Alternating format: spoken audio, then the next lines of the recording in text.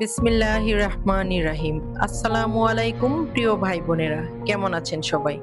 আশা করি যে যেখান থেকে আজকে আমার ভিডিওটি দেখছেন আল্লাহর রহমতে পরিবার পরিজন নিয়ে সবাই সহি সালামতে আছেন। আমিও আমার পরিবার নিয়ে আলহামদুলিল্লাহ ভালো আছি।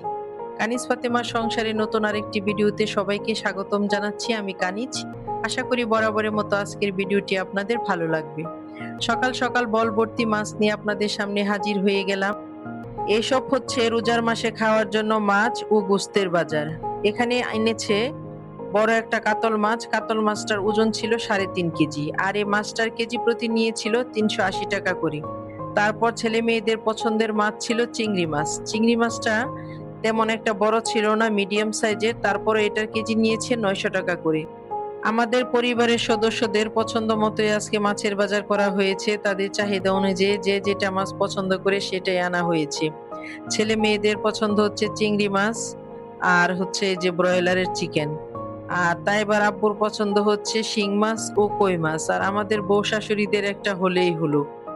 এখন ব্যাগ থেকে ডালতেছি কই মাছগুলো। আর কই মাছগুলো সাইজে এত বড়, এত মোটা মোটা কই, কিন্তু খেতে ভালো লাগে না। আর এ পাশে ব্যাগের মধ্যে রয়েছে শিং মাছ। শিং মাছগুলো আমি ডালবো না। শিং মাছগুলো যদি ডালি তাহলে বল থেকে লাফিয়ে লাফিয়ে সব মাছ চলে যাবে। আর শিং মাছের কাঁটা যদি কারো গায়ে বিঁধে তার অবস্থা একদম খারাপ হয়ে যাবে। তারপরে এখানে এনেছে মহিষের গোস্ত। মহিষের গোস্তটা বাজার থেকে আনিনি। আমাদের বাসার সামনে বড় একটা মহিষ গতকাল রাত্রে জবাই করেছিল, ওইখান থেকে এক বাঘা গোস্ত পাঠিয়ে দিয়েছি। আর আমাদের ঘরের 6 সদস্যের মধ্যে 3 সদস্য আমরা মহিষের গোস্ত খাই, আবার বাকি 3জনই খাই না। তাই এবার আব্বু, তাই এবার ভাইয়া এবং তাই ভাই, এই 3জন মহিষের গোস্ত খাবে।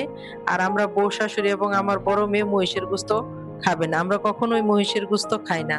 তারপরে ছেলে শখ করে এনেছে, বলেছে ভালোভাবে রান্না করে দিতে, দেখা যাক কতটুকু খাই। এ পাশে আছে সবজি বাজার। সবজি বাজারেরও অবস্থা খুবই খারাপ। এখানে লেবুর হালি নিয়েছে 70 টাকা হালি করে। কোনোটার থেকে কোনোটার দাম কম নাই।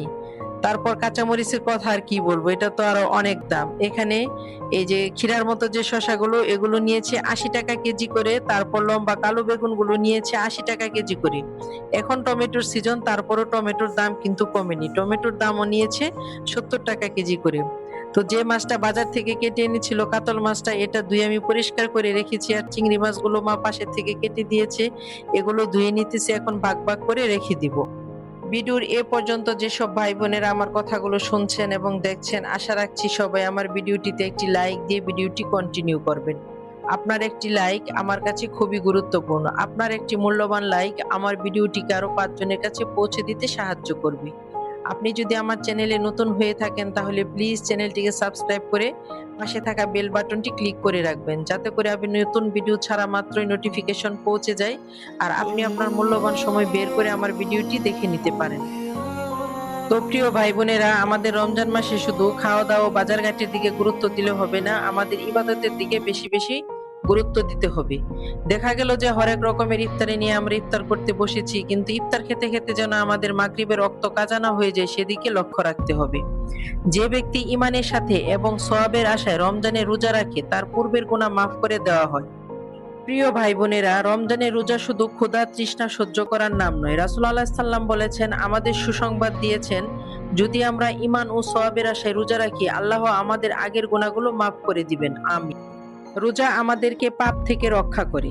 যেমন ডাল মানুষকে আঘাত থেকে বাঁচায়, তেমনি রোজা আমাদেরকে জাহান্নাম থেকে রক্ষা করে। জান্নাতে রাইয়ান নামে একটি দরজা আছে, রোজাদাররা সেই দরজা দিয়ে প্রবেশ করবে। সুবহানাল্লাহ। মাছ ও মুরগি গুছগাছ করে আমি তুলে রেখেছি। এখন আমি ভাত বসিয়ে দিয়েছি, বেলা 12টার বেশি বেজে গিয়েছে। আর কুকারের মধ্যে ভাত বসিয়েছি। কুকারটা আমি সবসময় ব্যবহার করি না, যখন চুলার মধ্যে গ্যাস কম থাকে তখন আমি কুকার বের করে শুধু ভাত রান্না করি। আর এই পাশে আমি কম গ্যাসের মধ্যে মহিষের গোস্ত বসিয়ে দিয়েছিলাম। মহিষের গোস্ত সিদ্ধ হতে কিন্তু অনেক সময় লাগে। আর এদিকে আমরা যেহেতু মহিষের গোস্ত খাবো না, এখানে আমাদের জন্য একটুখানি কাতল মাছ আলু বেগুন দিয়ে ঝোল করে রান্না করে নিয়েছি। মহিষের গোস্তটা কষিয়ে ঝোলের পানি দিয়ে দিয়েছি। আর মহিষের গোস্ত খেতে পারলে কিন্তু আমাদের শরীরের জন্য খুবই উপকারী। যাদের প্রেশার আছে, তারপর হার্টের সমস্যা আছে, তাদের জন্য মহিষের গোস্ত থেকে ভালো অন্য কোনো গোস্ত আর হতে পারে না। তো দুপুরে খাওয়া দাওয়ার পরে এখানে কই মাছ ও শিং মাছগুলো পরিষ্কার করে নিয়েছি। এই মাছগুলো কাটতে যতটা সময় না লেগেছে তার চেয়ে পরিষ্কার করতে, মানে ডলে ডলে পরিষ্কার করতে তার চেয়েও বেশি সময় লেগেছে। যাই হোক, আজকে অনেক ঘন্টা সময় কিন্তু মাছের পিছনে লেগে গিয়েছে। আর আগের ৩টা শিং মাছ ছিল, এই ৩টা শিং মাছের সাথে আমি বক্সে করে মাছগুলো রাখতেছি। সবগুলো মাছ আমার বক্সে ধরেনি, কিছু কিছু মাছ আমি পলির ভিতরেও রেখেছি। এটা ছিল পরের দিন বুধবার। তো বুধবার দিন রাত্রে সেহরি খেয়ে তো বৃহস্পতিবার থেকে ইনশাল্লাহ প্রথম রোজা শুরু হবে। তো আমাদের গরুর গোস্তটা বাকি ছিল, কসাইকে আগে টাকা দিয়ে রেখেছিল যে রোজার আগের দিন ভালো গরু জবাই করবে ওখান থেকে গোস্ত দিতে। এখানে 5 কেজি গোস্ত আনা হয়েছে। আমি বোরকা গায়ে দিয়ে বের হয়ে যাচ্ছি মেয়েকে স্কুলে নিয়ে। তো এখন গোস্তটা নিয়ে আসছে, বলতেছে বের করে দেখাতে কেমন গোস্ত দিয়েছে। আর এগুলো ছিল হাড় ছাড়া গোস্ত, কেজি নিয়েছে 950 টাকা কেজি করে। তো আমি স্কুল থেকে আসার পরে গোস্তগুলো ভাগ করে নিতেছি। আমি 5 কেজি গোস্তকে 4 ভাগ করে নিয়েছি। 3 ভাগ আমি রেখে দিব আর 1 ভাগ সেহরিতে খাওয়ার জন্য রান্না করব। যেহেতু ছেলে মেয়েরা রোজা রাখবে, গোস্ত হলে ওরা একটু ভাত খেতে পারবে।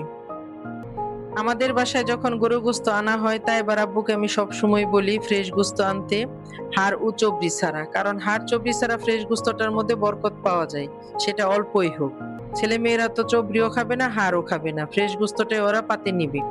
সেই জন্য 100-200 টাকা বেশি দিয়ে হলেও ফ্রেশ গোস্তটা আনলে অনেকটা বরকত পাওয়া যায়। একটুখানি রান্না করলেও দেখা যায় ছেলে মেয়েরা 2 বেলা খেতে পারে ভালোভাবে। তো এই তো আমার গোস্তটা গুছানো শেষ হয়ে গেছে আর এই যে পাতিলের টোক আমি রেখে দিতেছি, রাতের বেলা রান্না করব। আজকের মতো ভিডিও থেকে এখানেই বিদায় নিচ্ছি। দেখা হবে নতুন কোনো ভিডিওতে। সে পর্যন্ত সবাই ভালো থাকেন, সুস্থ থাকেন। আল্লাহ হাফেজ। আসসালামু আলাইকুম। মহান আল্লাহ পাক আমাদেরকে 30টা রোজা রাখার তৌফিক দান